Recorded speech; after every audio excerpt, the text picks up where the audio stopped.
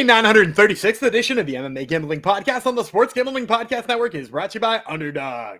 Underdog is hooking up new customers. Play just $5 and get $100 in bonus funds when you sign up with promo code MMA SGPN.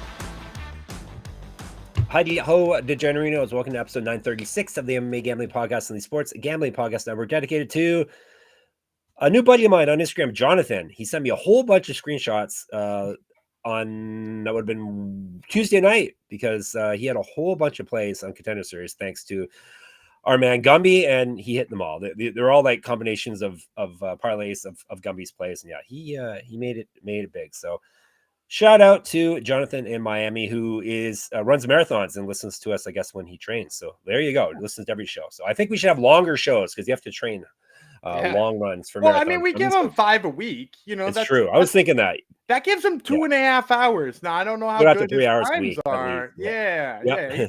He's getting nearly 3 hours. Yeah. Yep. That would be the aforementioned Daniel Gabriel you just heard. I am TSP, Jeff Fox, the Spicy Pimp. We're back for the second half of our UFC Vancouver breakdown. Gumby has a hot take about the main card off air. Gumby doesn't always have hot takes about these things, but something is sticking in his craw here. We'll let you publicly air it if you like. Yeah, let me first give my shout out of the episode too to the franchise who was in the Discord sharing all of his winning tickets as well. The franchise friend of the Discord. So here's my problem. I don't care about card placement at all. Card placement is dumb. Arguments about card placement is dumb. I watch it all. And look, the reason that fight's lower than this one is because they want to get people interested earlier. And this one's built in as a bathroom break. And this one is, on the prelims to hopefully get people to want to pay for the main. There's reasons for why the UFC does what it wants to do. The only thing I care about, and the thing that I think is important, is the main event should be the main event. And the co-main event should be the co-main event. Those guys wind up on the poster, right? Although not this week, granted. But those guys wind up on the poster. What the hell is Cheeto Vera versus Aiemann Zahabi not doing in the co-main event so that we can get Kevin frickin' Holland versus Mike Malott in the co-main event instead? You have one guy who fought for a title, one guy who's probably not that far from fighting a title, and you're going to bury him under Mike Malott versus Kevin Holland. And I just sorry, I've already called it on another podcast the co-main event because I assumed it was. And it got me hot under the collar when I saw that we had to talk about that one after. You could argue Fiorot, Jasudavicius should be the again, title challenger, somebody who's probably pretty close to fighting for a title. And again, you can't even use the excuse that they're trying to elevate a Canadian. Both of those fights have Canadians. Exactly. That's the thing. What are we doing? Why are those not higher? There you go. Rant over. A few shows ago, it was Davis and Figueiredo. It wasn't really a rant. That was what you're fired up about. That was today. me telling you were wrong. Yes, and I was wrong. I was looking forward to being right, and sadly, I haven't been as right this year as I normally am. And Gumby's been outshining me.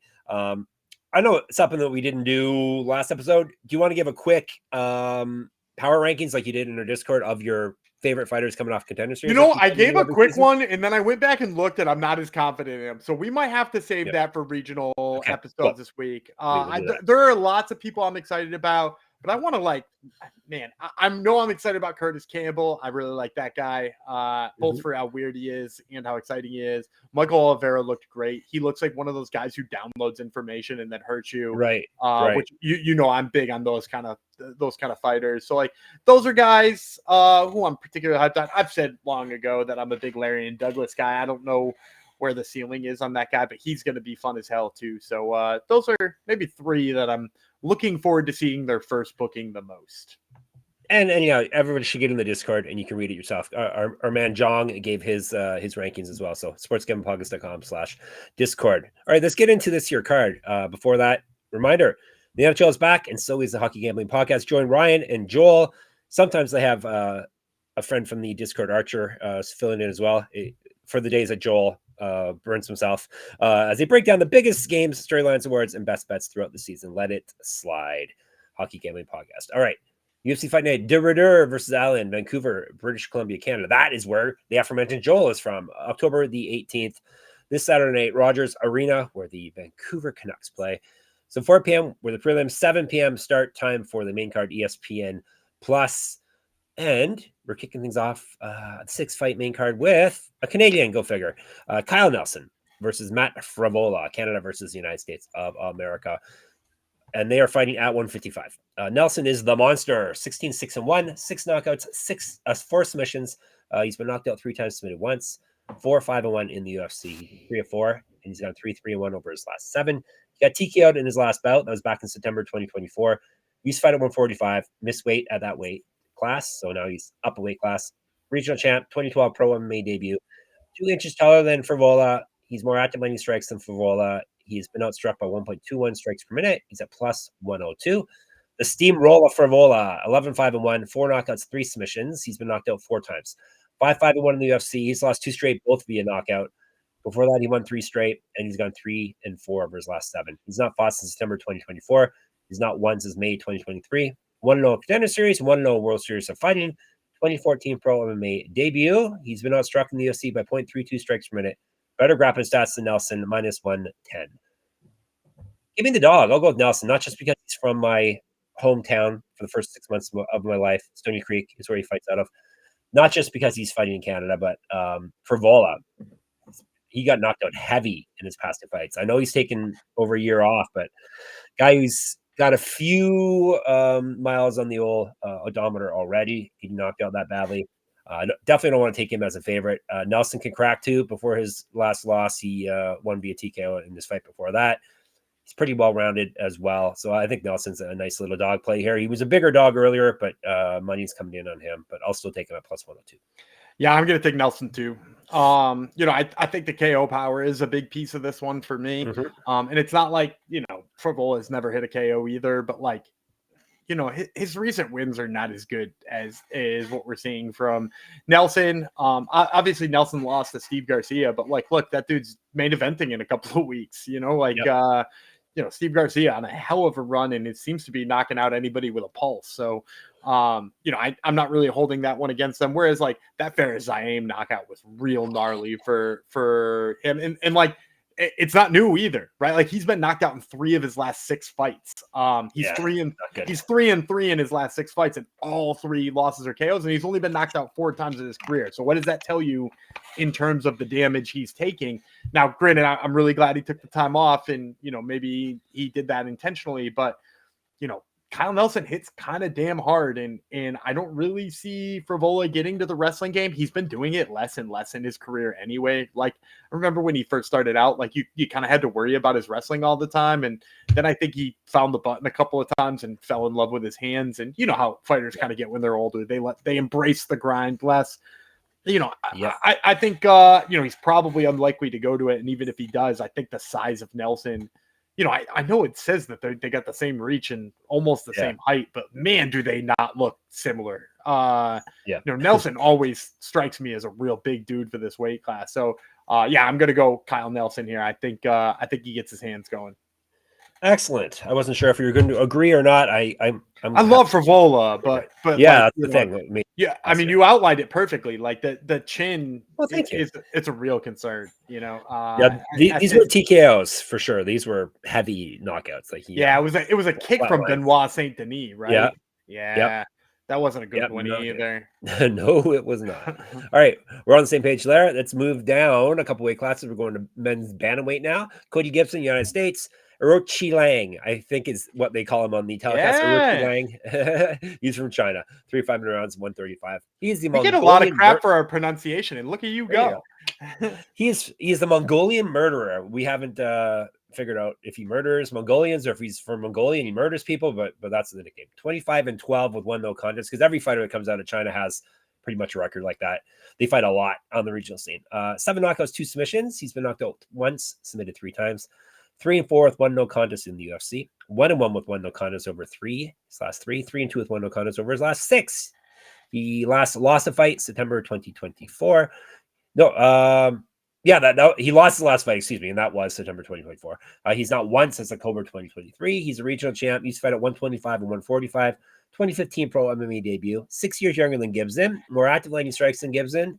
He has been outstruck, though, in the UFC by 0.81 strikes per minute, plus 159. The Renegade, Cody Gibson, 21-11, 7 knockouts, 5 submissions. He's been submitted 5 times. 3-6 in the UFC over 2 stints. However, he's won 2 of 3, 2 of 5, 3 of 7. He got submitted in his last bout. He went 2-0 in the Ultimate Fighter and lost in the finals. Multiple regional championships on his mantle. Correct. Get our shirt, get our merch, sportsgamblingpockets.com/store. Use fight at 145 and 125. So basically the same as Aoriqileng. 2008 pro MMA debut. 3 inches taller, 2-inch reach advantage over his opponent here. Better grappling stats as well. He's also has a positive strike differential, 0.43 strikes per minute, minus 162. Gumby. Yeah, this is a Cody Gibson fight for me. Sure is. Yeah, it's the grappling that does it up. Yeah. One of the things I've really liked about Cody Gibson since he's come back from being released by the UFC is he's leaning on that grappling a lot more. I know he lost the finale fight and then he lost to Miles Johns. But he took down Miles Johns and kind of grappled well with him. And then the 2 fights after that, he really got his grappling going. I remember he picked up a submission over Brad Kelleher. We had the sub prop here. Hate Brad Kelleher. Yeah, I don't even hate Brian Kelleher, but I was like, didn't he get? Oh no, sorry, I was thinking Katona. Yes, of course. Oh no, I hate Brad Katona. Brad Katona was the one who won the finale against them. I do dislike that guy.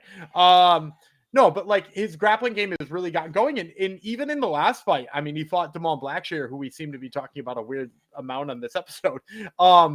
But he took down Damon Blackshear and engaged in the grappling, and he was the one who initiated all that. And now, granted, Blackshear's crafty as hell and wound up with that Kimura finish, but the embrace of the wrestling game is really good for Cody Gibson because I think that's where he's his strongest.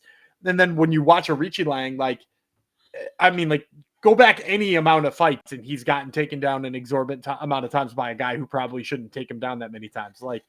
Jay Perrin got him down 3 times and, this guy got him down and that guy got him down. He's just while he does pop up pretty often, this is going to be a big dude on top of him because, again, Cody Gibson, a huge guy for that weight class. His grappling has gotten a lot better and that's sort of where Aoriqileng already struggles. So, I'll take Cody Gibson here. All right, me too, as well. As you said, grappling is the key here, but I think he could be better on the feet as well than Aoriqileng. But I would prefer him just to take it to the ground and grind out a win here. So Gibson is the old pick. All right, before we get to some more plays, we're brought to you by MyBookie.ag. MyBookie is your place to bet on football and everything else. Their prop builder is second to none. Their motto is bet on anything, anywhere, anytime. Easy deposit, lightning fast payouts using crypto. They will have these UFC lines over there. So make sure you go check them out. And when you do head to mybookie.ag, promo code MMASGPN to sign up. That way you get 100% bet back bonus up to $500 for new customers. So that's mybookie.ag, promo code MMASGPN. And we're brought to you by NoVig, N-O-V-I-G. NoVig is America's #1 sports prediction market. NoVig, you're getting the best prices. They have reduced juice, which is the key there. NoVig is available in 35 plus states. Download the NoVig app and get $50 when you spend $5 if you use our promo code SGPN. So get it in on the action with NoVig, promo code SGPN.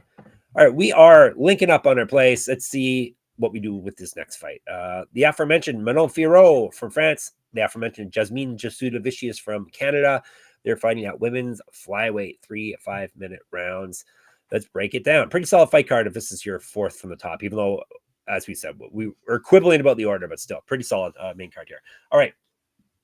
Jasudavicius, 14-3, 2 knockouts, 4 submissions. She's never been finished in a fight. 8-2 in the UFC. She's won 5 straight and 7 of 8. Won her last bout via submission. Is not lost since September 2023. She used to fight down at strawweight. She went 1-0 contender series. 3-inch reach advantage over Fiorot. She's outstruck her opponents just barely. She's at plus 0.08 in the UFC and the contender series. Better grappling stats than Fiorot, plus 200. Fiorot is the beast. 12-2 with 6 knockouts, never been finished in a fight. 7-1 in the UFC. She's won 12 of 13, but she did lose her last bout. She has multiple regional championships on her mantle. Correct. Get our shirt, get our merch, sportsgamblingpockets.com/store. Better striking stats and more active landing strikes than Jazz. She's outstruck her opponents by 1.99 strikes per minute in the UFC, minus 217. This one's a tough one for me as well. I could see 2 things going here. I could see Jasudavicius doing what she always does in fights and just grinding and staying on top of Fiorot the whole time, taking her down and grinding out a win. Or I could see Fiorot making her look horrible on the feet outclassing her there by picking her off and keeping the fight on the feet. I'm going to go with the fun option. I'm taking Jazz here. She's just a bulldog in there. And Fiorot has good, solid takedown defense, but Jasudavicius just has another gear here that she just will not give up. Like I said, this could look really bad. She could get totally destroyed in the feet, but I think she can grind out a win here. Of note, she's 5-0 in Canada, including going 4-0 in the UFC, and she seems to be one of those people that gets pumped up about fighting on home soil as well. Now that I don't really take that into account when I'm picking fights, but I just like the role she's on, and who knows if Fiorot's gonna feel mentally down now that she just lost the title shot and knows she has to climb back up the mountain. But let's go with the dog here, in every sense of the word, Jazz. I think this is gonna look bad, like you said. Yeah. And look, story-wise, I think it would be so much more fun if Jasmine Jasudavicius won this fight. Like right now, Manon Fiorot, not a very exciting title challenger. We just saw what it looked like. She clearly has to level some stuff up in order to really challenge for that belt right now. But I think like she's just good in all of the ways that make this a nightmare matchup for Jazz. Notably, she stood there and fought Erin Blanchfield for the whole fight, and Blanchfield did not get her down one time. And that's Erin Blanchfield, and not that we're talking about Jasudavicius being a much worse grappler, but like she's probably a worse grappler, right? Like she's probably at least a level behind Erin Blanchfield when it comes to grappling, and like Erin had no chance of getting Manon Fiorot down. There wasn't even moments where I was like, she might, and it was like, no. Every entry Manon Fiorot had an answer for. It's the distance and the footwork of Manon Fiorot that makes that kind of grinding style almost like non-existent against her. And then in terms of on the feet, I know Jasudavicius has got some length, but like, look, she had trouble, and I'm, again, not knocking fighters, but she had trouble with a short notice Fatima Klein on the feet, to the point where she probably needed takedowns to make sure that she was going to win that fight, because Fatima started to get to her a little bit. And Fatima's a strawweight who is taking that fight on short notice. So for me, like, I think the striking is just going to be head and shoulders better. The technique is much better on Fiorot. The footwork is especially much better. And then I think that footwork also just lends itself to takedown defense. So, give me Manon Fiorot here. All right, Gumby doesn't like fun. That's all there is to it. So, all right. Everything Gumby said is true, though, as well. So doesn't mean it's going to happen, hopefully. All right. What Gumby wants to be the co-main event is next. Marlon Vera. He is from... Where is he from, Gumby? He's from Ecuador. Yes, Ecuador. Aiemann Zahabi is from not the United States, Canada, Quebec. 3 5-minute rounds, 135. We'll tell you about Chito Vera first, the fan favorite. Another reason why it should be in the co-main event. He's 23-10-1, 8 knockouts, 10 submissions. He's never been finished in a fight. 15-9 in the UFC. He's lost 2 straight though, and won 1 of 4. But he has won 5 of 8. That sounds better. He's not fought since August 2024. He's not won since August 2023. Used to fight at 145. 1-0 in the Ultimate Fighter. 2010 Pro MMA debut. He's 2 inches longer than Zahabi. 5 years younger. He has better grappling stats than Zahabi. He's been outstruck in the UFC by 1.1 strikes per minute. That's probably all because of the first round of his fights. He's at plus 115. Zahabi, 13-2. 6 knockouts, 2 submissions. He's been knocked out once. 7-2 in the UFC. He's won 6 straight. Before that, he lost 2 straight. He's not lost a fight since May 2019. He's fought at 145. 2012 Pro MMA debut. Better striking stats, more active landing strikes than Vera. He's outstruck his UFC opponents by 0.29 strikes per minute, minus 125. Okay, Gumby. I'm going Aiemann Zahabi. Yay. I think he's starting to enter that territory where I don't pick against this guy until he proves me wrong. I famously picked him against Draco Rodriguez way back in the day. People laughed at me because he was on a 2-fight losing streak. Aiemann actually read the article, which is kind of fun, and gave me a shout out on Twitter afterwards. But like, look, since then he has looked so damn good. Like, and he's always been good. He kind of got caught a couple of times back in the day and maybe didn't have the right game plan for one of those fights. But like, since then, the beautiful thing about him, and we talked about this earlier with some Contender Series guys, he's a guy who, as he fights, gets so much information about what his opponent is doing and he uses that immediately. Now, the thing I like even more about Aiemann Zahabi than somebody like, I talked about Michael Vera at the top of the episode is Aiemann doesn't have to not fight you in order to get that information. Like you think about Carlos Praches. Carlos Praches waits out a whole bunch of your strikes. He watches them. He downloads the information. He picks you apart. Same with Michael Oliveira recently on Contender Series. There's a whole lot of fighters who are like that, who sort of like take bad rounds or take quiet rounds in order to know what he needs to do next. Aiemann gets the information by getting in there and getting nasty with you, right? Like that's what he did with Jose Aldo, right? That first round with Jose Aldo pops him, wins that first round. After that, it's all Zahabi, right? Zahabi in his face, Zahabi on stuff in the tape. He had Jose shooting, like he just has such a smart game plan, but the ability to adapt is even better here. And as you just mentioned, the reason that's a nightmare for Chito is Chito notoriously has a terrible first round. So you got a guy who gets better every single round, and you're going to give him the first. To me, that basically breaks it down in my mind to Chito's got to knock him out. If Chito doesn't knock him out, he's going to be so far behind that he's going to be playing catch up, and that's when he makes more mistakes too. So I like Aiemann Zahabi quite a bit here. Yeah, I'm going Zahabi here too. Chito's hard to pick when, as we both said, he punts the first round every fight. He gives up the first round, then he has to, especially now that this is only a 3-round fight. You really can't afford to do that. And his wins have really not aged that well. Pedro Munoz 2 years ago, Dominic Cruz, well past his prime. Rob Font, that's a pretty good win. Frankie Edgar, Davey Grant, there's a good win. But yeah, still. But we're talking about like an old ass Frankie Edgar and like Davey Grant are your like best wins for a guy who fought for the young title. Sean O'Malley. Yeah. So.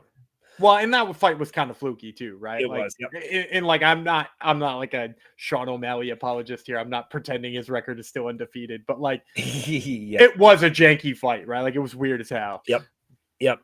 All right, give me Zahabi. There, Gumby likes fun again. That's good. Good to see. All right, before we get to the last 2 fights of the evening, let me tell you about Underdog. Underdog Fantasy is a great place to play fantasy pick'em, where you can win up to 500 times your entry. Simply pick higher or lower on your favorite players' stats. It's available for a ton of sports. Gumby always likes to give you a win you play. Yeah, we'll stick it with the UFC. I'm gonna go lower than on Jasmine Jasudavicius' takedowns. As I said, it'd be fun if she won. But right now they're projecting 1.5 takedowns. I mean, like maybe she gets 1, but she ain't getting 2. So take the lower than on Jasmine Jasudavicius' takedowns. Because she's only going to need 1, Gumby. That's the key. I don't know if she's going to submit Manon Fiorot. That TKO, either or. Underdog's got a brand new offer for new customers. Play just $5 and get $100 in bonus funds when you sign up with our code, only our code, MMASGPN. And Rhythm, RITHMM. Rhythm is crushing it in college football and NFL with picks and props.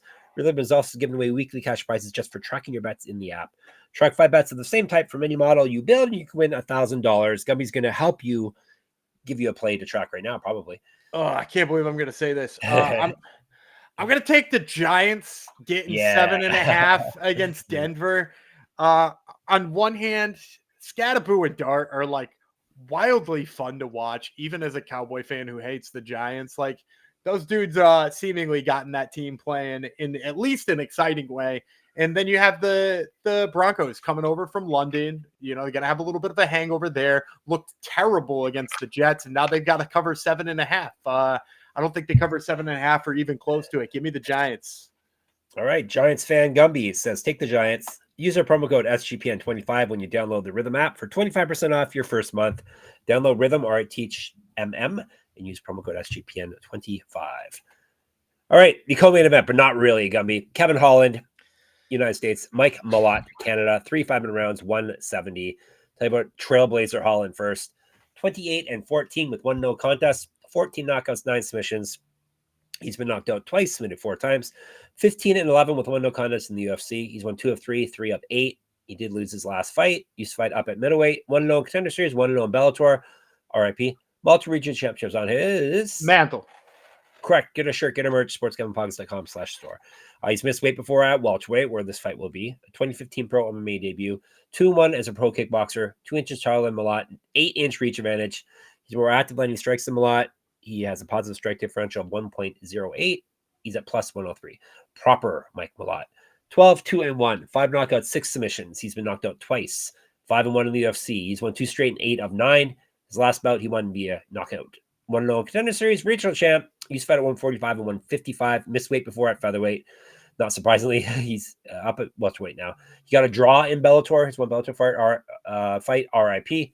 0-1 World Series of Fighting. 2011 Pro MMA debut. Better grappling stats than Holland. He's outstruck his opponents by 1.13 strikes per minute. Minus 110. This is a tough one here. I can't put any faith in Kevin Holland ever, though. But he is better at welterweight. I'll take Mike Malott. He is dangerous everywhere. He's good everywhere. I hope he grapples here. I know he's got power and he knocks people out. But Holland is very long and can be quite dangerous on the feet. But on the mat, Holland likes to lie there and joke around with his opponent. So it would be best for Malott to take this fight down and win it on the mat. So give me Mike Malott. Yeah, I'm going to go Mike Malott too. And I went back and I watched the Neil Magny loss, and it actually gave me more confidence in Mike Malott. On one hand, yeah, he gassed out insanely bad in that fight, and that's why he winds up losing it. But on the other hand, too, like, the game plan was sound. Like, he knew what the length of Neil Magny could possibly do. He stuck and moved. He stayed on the outside. He ripped leg kicks. And the moment he had the opportunity, he shot takedowns and he got them. The body lock takedowns were there all day against Neil Magny. And if he's taking down Neil Magny, he's going to take down Kevin Holland, right? Like that seems to be a given. So for me, I really like the fact that Mike Malott's game plan looked good in that fight, even if he gassed out pretty quickly.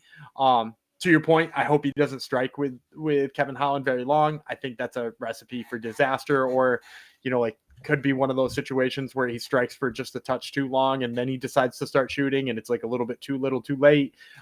He just needs to get it going as soon as the opportunity presents itself. And being that it's Kevin Holland, it will probably present itself quickly because the guy kind of is dumb in there quite often. And he's even admitted that he's dumb in there, right? Like, he's like, I like to fight fun so that I keep making money, and meanwhile loses as a negative 600 favorite to D-Rod. So Mike Malott. See, Gumby doesn't like fun. Kevin Holland's fun, but we generally don't pick him in fights though, because he's I don't know. Erratic. I can't remember the last time I picked him. Yeah, it's not a safe bet. It really isn't. Main event: Reinier de Ridder from the Netherlands, Brendan Allen from the United States of America. 5-5 rounds, 185 pounds. Tell you about Allen first. All in. Brendan Allen, 25-7, 5 knockouts, 14 submissions. He's been knocked out twice, submitted once. 13-4 in the UFC. He's won 1 of 3, 8 of 10. He won his last bout. He used to fight at 205. He won 1-0 Contender Series. He was the LFA champ, also a regional champ. 2015 Pro MMA debut. He's 5 years younger than de Ridder. More active landing strikes. He has been outstruck, though, in the UFC by 0.11 strikes per minute. He's at plus 181. The Dutch Knight, de Ridder, is 21-2, 5 knockouts, 13 submissions. He's been knocked out twice. 4-0 in the UFC. That's part of a 5-fight win streak for him. He used to fight at 205. He was a 2-time one champion, the biggest promotion in the world. He fought. He was the light heavyweight and the middleweight champion there. He also has multiple regional championships on his mantle. Correct. Get a shirt, get a merch, sportsgamblingpockets.com/store. 1-1 as a pro grappler. He's a 2-time silver medalist in the European Championships in BJJ. 2 inches taller than Allen, 3-inch reach advantage. He's outstruck his UFC opponents by 0.51 strikes per minute. He's at minus 204.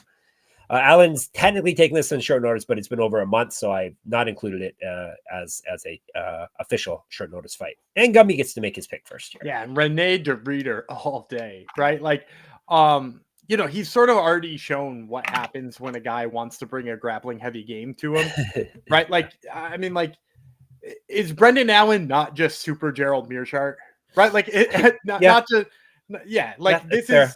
Gerald Meerschaert, came up one of the pipes and grabbed the mushroom, and he got to be the big form, and the big form is Brendan better Allen. On the feet, not as good on the ground, but yeah, close enough. Yeah, but this is, a little bit better in a bunch of different places, and maybe a little bit better of a wrestler. And like, what did de Ridder do to Gerald on the ground? He just tooled on him. And then now we're talking about a guy who stood and traded for 5 rounds was it 5 rounds with Whitaker? Yeah, it was 5 rounds with Whitaker, right? And lived to tell the tale. And like, yeah, Whitaker's not what he used to be, but he's still a way better boxer than Brendan Allen is, right? And so like, we got DeRitter, who has shown he can wrestle with Bo Nickel, grapple with GM3, and strike with Robert Whitaker. Somehow I'm supposed to find a path to victory here for Brendan Allen. I can't do it. This is Reinier DeRitter all day. Yep, I agree. RDR. Pleasant surprise. I didn't think he was going to be this good. Me neither. I really liked him too. And I did not see this coming. No. I didn't think his striking would hold up, and it has, as Gumby said. And obviously, if you want to grapple with him, which Allen will have to do, that's not going to go well.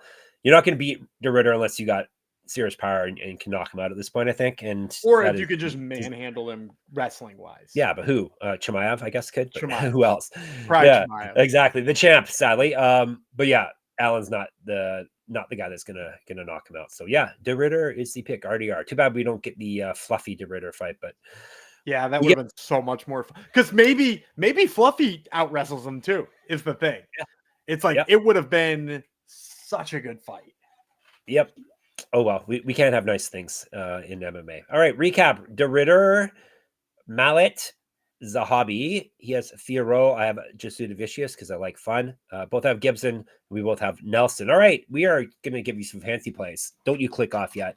We got some locks. We got some dogs. We got some props. And then Gumby will give you a Hungerman Jong something at the end. I think it's my turn to go first. Is this is a week you have me all figured out or not?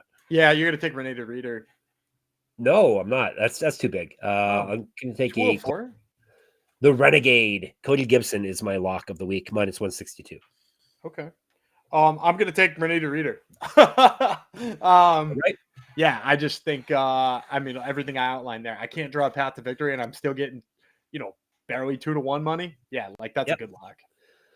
All right, my dog. Do you know my dog? Yeah, you're gonna go Davey Grant. I am Davey Grant. Me too. All right. If you want to find out why, make sure you check out yesterday's episode if you have not already. And then my prop. I can't expect you to guess my prop unless you want to. Danny Barlow KO? Yeah, you did mention it yesterday. Yes, I stole that one because I didn't have one yet. Danny Barlow, T, KO or KO plus 151, which is a good number here. Well, you get it all the way up to 51. I had only seen it at 30. Yeah. He has a left hand to God. So, I think he's going to outclass Santos. And if he's going to win, I think he'll knock him out. So there you go. I'm gonna go hard in the paint with my prop. I've been pretty safe with my props lately, but I'm going to go with Cody Gibson, your lock. Yep. Wins by submission. I think he's going to take down Aoriqileng 1,000,000 times. He's only got to find the sub once in order for this to hit. 5-1. Whoa! Plus 500 on Cody Gibson by some. That's speaking my language. Gummy just wants to pull ahead of me in everything. You just want to bury me this year. There's still time, hopefully. All right, RDR and Gibson are the locks. Grant is the dog for both of us. He's got Gibson via sub. I have Barlow via TKO or KO. All right, Hungerman Jong Sumpling is coming up. A winner, hopefully. Yeah, I'm going to go with just a parlay. There were other pieces I liked, but I just used one of them as my lock of the week. I'll also just shout out real quick. I like Stephanie Luciano minus 3.5, which you can still get at plus money. You think she's going to finish her, right?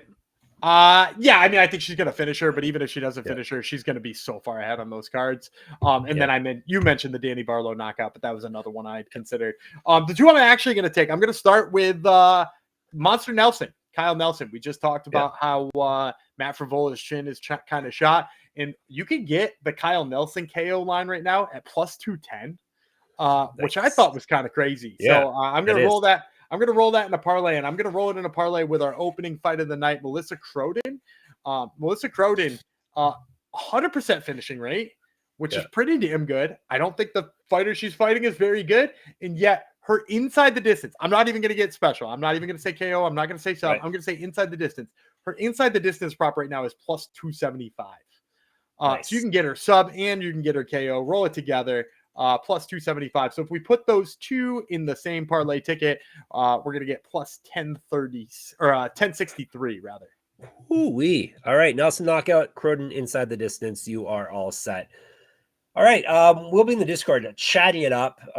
We have a very active Discord, sportsgamblingpodcast.com/Discord. You can check us out on YouTube if you're not already, MMA Gambling Podcast. If you subscribe, that would help us out greatly. Comment, like, all that good stuff. Twitter, SGPN MMA. He's at Gumby Reland. I'm at Jeff Fox Writer, at Jeff Fox Writer on Instagram. Check out my Substack. We told you who's going to win and how. Now you can win my free UFC Pick'em contest at moneymma.substack.com. Free subscription will get you into the Pick'em contest. A paid subscription will unlock all of my articles and stats and all that good stuff there for MMA. Gumby has another podcast, Top Turtle MMA. It's all Canadian this week. You should have had me on instead of that co-host of yours, but go ahead. All right, yeah, we got Aiemann Zahabi and Melissa Croden. A couple of Canadians fighting on this card. So check out Top Turtle. Of course, sportsgamblingpodcast.com, sportsgamblingpodcast.com/store for your merch needs, sportsgamblingpodcast.com/Patreon. We got some more regional action coming up on Sunday. Gumby actually sent me what we're covering next week. So there are regional events. Don't you worry. Maybe not quite as packed as this week, but we will be covering winning regional events after Gumby bids you farewell. Yeah, I'm Danny Gumby Freeland. He's the Canadian Knight, Jeff Fox, and we will see you on Sunday.